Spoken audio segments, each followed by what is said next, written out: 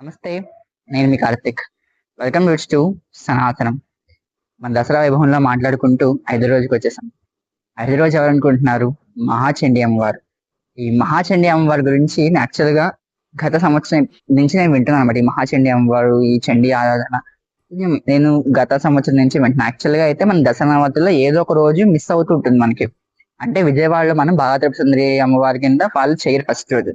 వాళ్ళు స్వర్ణ కవచానికి దుర్గాదేవిగా ఫస్ట్ అవతారం చేస్తూ ఉంటారు. అక్కడి నుంచి మనం తేడా కొడుతుంది. కొంతమంది అలా చేసి కొంతమంది బాలాత్రిపుర సుందరి స్టార్ట్ చేస్తారు. బాలగిరి స్టార్ట్ చేసిన వాళ్ళకి ఖచ్చితంగా ఏదో ఒక రోజు ఒక అమ్మవారు మిస్ అవుతుంటది అనమాట.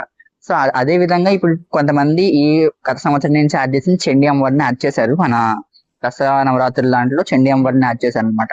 సో అట్లా ఈ చండీ అమ్మవారి గురించి పెద్ద నాకు ఇన్ఫర్మేషన్ తెలియదు కానీ కొంచెం తెలుసుకున్నాను. అదే మీకు చెప్తాను ఇప్పుడు. ఓకేనా? సో ఈ చండీ అమ్మవారికి ఇష్టమైన రంగు అంటే ఎరుపు రంగు అంట. జనరల్ గా అమ్మవారికి ఎరుపు రంగు అంటే ఇష్టం. ఆ తర్వాత చండీ అమ్మవారు అంటే చండాసురుడైన రాక్షసుడిని చంపడానికి చండీగా అవతరించిందంట. ఈ అమ్మవారికి ఇష్టమైన ప్రసాదం అంటే మనకి లలిత సహస్రనామంలో కొన్ని చెప్పాను కదండి, ముందు వీడియో చెప్పాను. లలిత సహస్రనామంలో కొన్ని వేల అమ్మవారికి ఇష్టమైన నైవేద్యాలు ఉన్నాయి. ప్రతిదీ ఆవిడకి ఇష్టమైన నైవేద్యమే. సో ఇక చండీ అమ్మవారికి ఇట్లా మనం నైవేద్యం పెట్టుకుంటే చాలా మంచిది అనమాట. ఏదో ఒకటి మనకి ఏది సుఖితే ఆ రోజు నైవేద్యం పెట్టేసండి. శాకాన్నం పెట్టింది యాక్చువల్గా. ఈ 10 రోజులు ఎవరో శాకాన్నం పెట్టడం ట్రై చేయండి. శాకాన్నం అంటే ఏం లేదు, కూరగాయలు అన్ని కలిపేసి ఒక దాంట్లో వేసి లైక్ ఒక రైస్ లో వేసేసి కుక్కర్ పెట్టడమే. మనకి శాకాన్నం అవుతుంది. ఆ శాకాన్నం నైవేద్యం పెట్టడం చాలా బాగుంటుంది యాక్చువల్గా.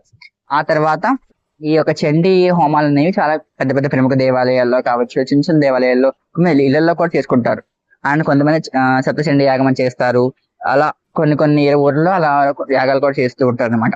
ఈ యొక్క ఒక చండీ అమ్మవారి గురించి చండీ సప్తశతి అనేది కూడా ఉంది. కొన్ని ఇళ్లలో దాన్ని కూడా పారాయణం చేస్తూ ఉంటారు. అంటే ఏం లేదు, యాదేవ సర్వభూతేషు మాతృరూపేణ సంస్థిత నమస్తస్తే నమస్తస్తే నమస్తస్తే నమో నమః. అలాంటి కొన్ని ఇవన్నీ కూడా మనకి చండీ సప్తశతిలోంచి మనకి తీసుకున్న ఈ యొక్క అమ్మవారి యొక్క స్తోత్రాలు అనమాట. ఇది ఎవరు పడితే వాళ్ళు చేసేది కాదండి. గురుముఖత గురువు ఒక అనుగ్రహంతో మనం ఇది చేస్తూ ఉండాలన్నమాట.